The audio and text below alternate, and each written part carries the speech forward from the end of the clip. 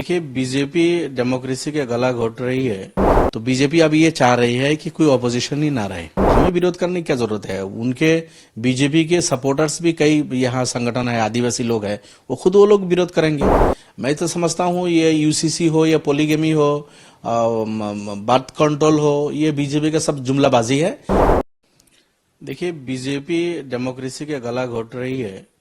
अब जहां जहां बीजेपी शासित राज्य है या बीजेपी के नेता है, उनके घोटाले घोटाले नहीं है। जो ऑपोजिशन पे बीजेपी जो ईडी, सीबीआई, आईटी ये सबको लगा के परेशान कर रहे हैं, हर जगह हम देख रहे हैं। तो ये डेमोक्रेसी के लिए अच्छी बात नहीं है। और बीजेपी ये जबरदस्ती अपना एक छत्रीय एक तरफा ये चला रही है। अब उनकी राज है बीजेपी की। तो बीजेपी अब ये चाह रही है कि कोई ऑपोजिशन ही ना रहे। अब ईडी और सीबीआई बोलिए, ये मेरे ख्याल में कोई स्वतंत्र अब वो नहीं रह गया, एजेंसी नहीं रह गया। अब इसके दुरुपयोग कर रहे हैं बीजेपी, और ये दुखद बात है। और सब अपोजिशन को मिलकर लड़ना चाहिए इसके खिलाफ। पहले लाने दीजिए, क्या ला रहे हो। अभी तो सेशन शुरू होगा 5 तारीख से। अब पता नहीं वो क्या लाएंगे।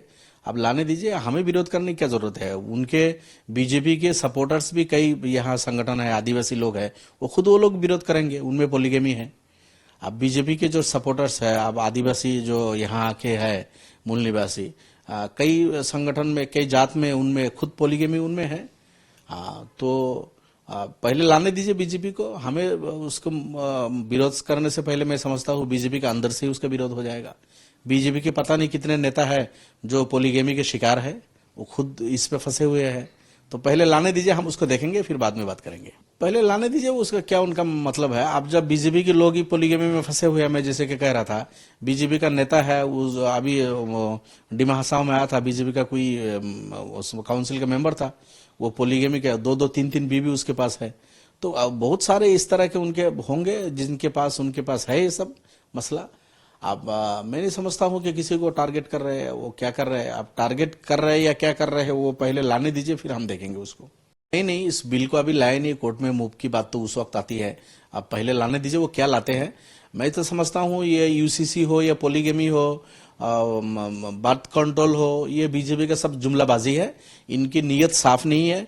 इनको अगर ये सब पे अगर कंट्री के भला के लिए कोई काम करना, तो पार्लियामेंट में इस बिल को लाए। वो पार्लियामेंट में लाके, पार्लियामेंट चूंकि पूरे भारत के सब स्टेट के लिए है, वहां हर स्टेट के हर पार्टीज के मेंबर्स है, वहां डिस्कशन करे इसकी जरूरत है या नहीं है। खूब वहां डिस्कशन हो, फिर अगर जरूरत नहीं है तो रिजेक्ट हो जाए, जरूरत है तो पार्लियामेंट में पास हो जाएगा। तो पूरे इंडिया के हर स्टेट के लिए, हर किसी के लिए पास होगा। तो यहाँ आसाम के मुख्यमंत्री कभी बोलते हैं कि हम कुछ ला रहे हैं, इसके लिए जो है यहाँ के ट्राइबल लोग इससे अलग होगा। कोई स्कीम लाते हैं, उसमें बोलते हैं कि अगर नॉन ट्राइबल्स के पास 3 बच्चे होगा, उससे ज्यादा होगा नहीं मिलेगा। अगर ट्राइबल्स के पास 3 से भी ज्यादा होगा तो उनको मिलेगा। तो खुद ही वो ब्रेक कर रहे हैं। यूसीसी की बात करते हैं, वो यूसीसी खुद ब्रेक करते हैं। पोलीगेमी वाली बात वो करते हैं, खुद उनके घर में, उनके मेंबर्स, उनके फॉलोअर्स में पोलीगेमी का बाजार गर्म है।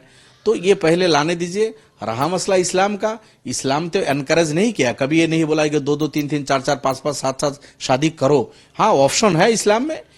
इस्लाम में ये एक ऑप्शन है कि किसी के पास एक बीवी है, अगर जरूरत है तो वो दूसरी शादी भी कर सकता है। लेकिन साथ साथ इस्लाम ने, कुरान ने यह भी कहा है कि देखो, अगर 2 बीवियों के बीच में तुम अगर इंसाफ नहीं कर सकते तो हरगिज दूसरी शादी मत करना। तो उसको ये भी कहा, उसको तंबी भी की, अगर तुम्हें जरूरत पड़ी तो 2 कर सकते हो, देयर इज ऑप्शन। बट अगर तुम जस्टिस नहीं कर सकते तो तुम दूसरी शादी के लिए सोचना भी नहीं। तो इस्लाम ने तो एनकरेज नहीं किया। तो ऐसा नहीं है कि बंद हो जाएगा तो क्या हो जाएगा, ऐसी कुछ बात नहीं है। लेकिन मसला ये है कि पूरे इंडिया में बहुत सारे कास्ट कम्युनिटी के लोग हैं, बहुत सारे ट्राइबल आदिवासी लोग हैं, जिनके अंदर पोलीगेमी का ये इशू है।